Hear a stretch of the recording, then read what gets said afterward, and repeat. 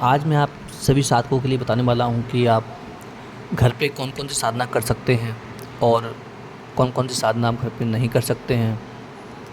किस जगह पे साधना करने से आपको जल्दी सिद्धि प्राप्ति होगी और किस जगह साधना आपको करना उत्तम रहता है, सभी कुछ मैं आपको बताने वाला हूँ। आप सभी से निवेदन है कि आप लोग मेरे चैनल को सब्सक्राइब कीजिए, लाइक कीजिए, कमेंट कीजिए। तो ज़्यादातर देखा होगा हमने कि हम लोग जो नए साधक होते हैं, वो प्रारंभ कहाँ से करते हैं। प्रारंभ हम लोग अपने जो घर है वहीं से प्रारंभ करते हैं। जो भी नया साधक आता है तंत्र में, वो अपने घर से ही अपने पूजा जो कक्ष है वहाँ से साधनाएँ प्रारंभ करता है। पूजा कक्ष में केवल हम जो सात्विक मंत्र हैं, रक्षा मंत्र हैं, सुरक्षा मंत्र हैं, कवच है, चालीसाएँ हैं या भक्ति भाव के जो साधनाएँ हैं वो हम कर सकते हैं। हमारा जो घर है वहाँ पर हम केवल इन्हीं मंत्रों का जाप कर सकते हैं। या तो आप किसी रोग के लिए कुछ मंत्र जाप कर रहे हैं, सुख शांति के लिए कुछ कर रहे हैं, तो हम अपने घर में, घर के मंदिर में इन सब चीज़ों को कर सकते हैं। लेकिन अगर आप कोई सिद्धि कर रहे हैं, चाहे वो सात्विक हो, तामसिक हो, औगर सिद्धि हो, अघोरी सिद्धि हो, किसी तरीके की अगर सिद्धि है तो आप उसको घर में बिल्कुल भी ना करें। आपको उसमें सफलता नहीं मिल पाएगी, और अगर सफलता मिलेगी भी तो बहुत समय के पश्चात मिलेगी। मैं आपको बताता हूँ कि जो शावर मंत्र हैं या कोई भी जो मंत्र हैं उनकी सिद्धि आपको कहाँ करनी चाहिए। आपको कुछ ऐसा स्थान पर देखना चाहिए जहाँ पे आप प्रकृति से जुड़ सकें। खुले आसमान के नीचे हो या फिर किसी वन में जाकर आप, जहाँ बिल्कुल एकांत हो, आपके सिवा कोई और वहाँ पर हो ना ही कोई गंदगी हो, ना ही कोई शोर शराबा हो। ऐसा स्थान आपको चुनना चाहिए। हमारे जो पुराने साधु संत होते थे वो क्या करते थे, वो ऐसा ही कुछ स्थान देखते थे जहाँ पे ना तो गंदगी होती थी और ना ही भीड़ भाड़ होती थी, जिससे उन्हें साधनाओं में सफलता जल्दी मिलती थी और अपने ध्यान में वो मग्न रहते थे। आज भी कई स्थानों पे, कई तीर्थों में ऐसे स्थान हैं जहाँ पे आप सिद्धि अगर 3 महीने की है तो आप उसको 1 ही महीने में हासिल कर सकते हैं। उन सिद्धियों के विषय में आप सभी लोग जानते होंगे जो आप करना चाहते हैं, जैसे भूत सिद्धि हो गई या किसी तामसिक देवी देवता की सिद्धि हो गई। अब आते हैं कि घर पे नहीं कर सकते तो आखिर करें कहाँ पर। आप लोग किसी भी देवता के मंदिर में या किसी भी देवी के मंदिर में, जो साधक शमशान घाट नहीं जा सकते उनके लिए बता रहा हूँ मैं ये। देवी देवता के मंदिर में आप करेंगे तो उसमें भी सफलता आपको जल्दी मिलेगी। चाहे तो आपके घर के देवी देवता हों या कोई सिद्ध स्थान हो, वहाँ पे भी आप कर सकते हैं। आपको आपके मंत्रों में, आपकी साधनाओं में सफलता मिलेगी। इसके अलावा अगर आप जा सकें तो उज्जैन का जो शमशान घाट है, वहाँ पे आप कैसे भी भूत प्रेत की सिद्धि या कुछ भी अगर आप साधना करेंगे तो वहाँ पर वो सिद्ध होना ही होना है।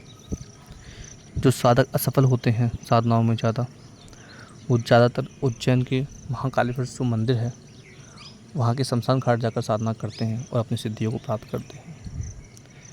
या फिर अगर आपके आसपास हो स्थान, हरिद्वार हो या काशी हो या फिर जो देवभूमि है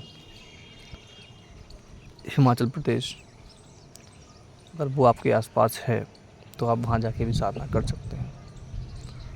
मान लीजिए अगर आप वहाँ नहीं जा पा रहे हैं तो आपके पास में कोई बगीचा हो, अगर कोई बड़ा बाग हो या कोई जलाशय हो तो वहाँ भी आप साधना कर सकते हैं।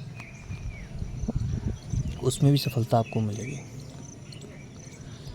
अगर आप तीर्थों में नहीं जा सकते तो सबसे उत्तम आपके लिए रहता है कि आप आप जाइए नदी के तट पर, वहाँ पे आप जो करना चाहें साधना वो कर सकते हैं। देवी देवता भी प्रत्यक्ष होते हैं, पानी के देवता भी प्रत्यक्ष होते हैं वहाँ पे, और जो तांत्रिक शक्तियाँ हैं वो भी प्रचंड रूप से प्रत्यक्ष होती हैं। बताया गया है शास्त्रों में कि शिवालय सबसे उत्तम रहता है मंदिरों में, और अगर आप खुले मैदान में कर रहे हैं तो नदी तट सबसे उत्तम रहता है सिद्धि के लिए।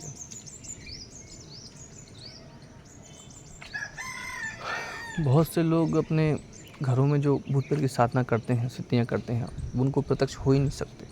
अगर होते भी हैं तो उनके घर को तहस नहस कर देते हैं। ये तो छोटे से लेकर बड़े साधक सभी को पता होता है कि शमशान घाट वाली सिद्धियाँ हम घर पे नहीं कर सकते। शमशान काली की सिद्धि आप घर पे नहीं कर सकते। महाकाल भैरव की सिद्धि है वो आप घर पे नहीं कर सकते। अघोरी साधनाओं के लिए सबसे उत्तम रहता है शमशान घाट। अगर आप अघोरी साधनाओं को करते हैं, अघोर मार्ग की साधनाओं को करते हैं, तो आपको केवल और केवल शमशान घाट का ही चयन करना चाहिए, या फिर आप चौराहे का चयन कर सकते हैं या शमशान घाट का चयन कर सकते हैं। जो मरहई माता है, मसाणी माता है, एक चांडाली माता भी आती है, उनको भी आप शमशान घाट में ही करें, अति उत्तम रहता है। एक देवी और हैं, बहुत ही उग्र देवी हैं, जिनकी सवारी बकरे की है। आप लोग सब समझ गए होंगे किन की बात कर रहा हूँ मैं।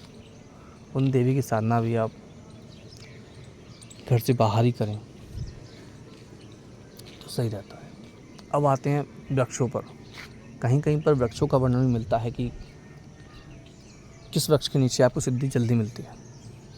अगर बेलपत्र है कोई आपके पास में या कहीं जंगल में है, तो बेलपत्र के जो जिसमें बेल फल लगते हैं, जो भगवान शंकर को चढ़ाया जाता है बेलपत्र, उस वृक्ष के नीचे अगर आप साधना करते हैं तो ये समझ ली 1000% आपको सिद्धि प्राप्त होती है। चाहे अगर आप जिंद की सिद्धि भी कर रहे होंगे तो उस जिंद को भी आना पड़ेगा, और जल्दी से जल्दी आना पड़ेगा।